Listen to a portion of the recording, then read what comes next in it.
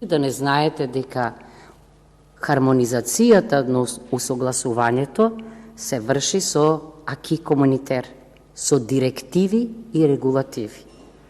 А не ви е доволно да кажете да, точно е дека ТАИЕКС е важна институција, бидејќи техничка помош дава, оценува и така натамо, но јас зборувам за европско право. И кога има европско право, вие сте должни точно да го наведете, да ја наведете членот од директивата или регулативата со кој се врши усогласувањето. Барем во Министерство за правда тоа е потребно.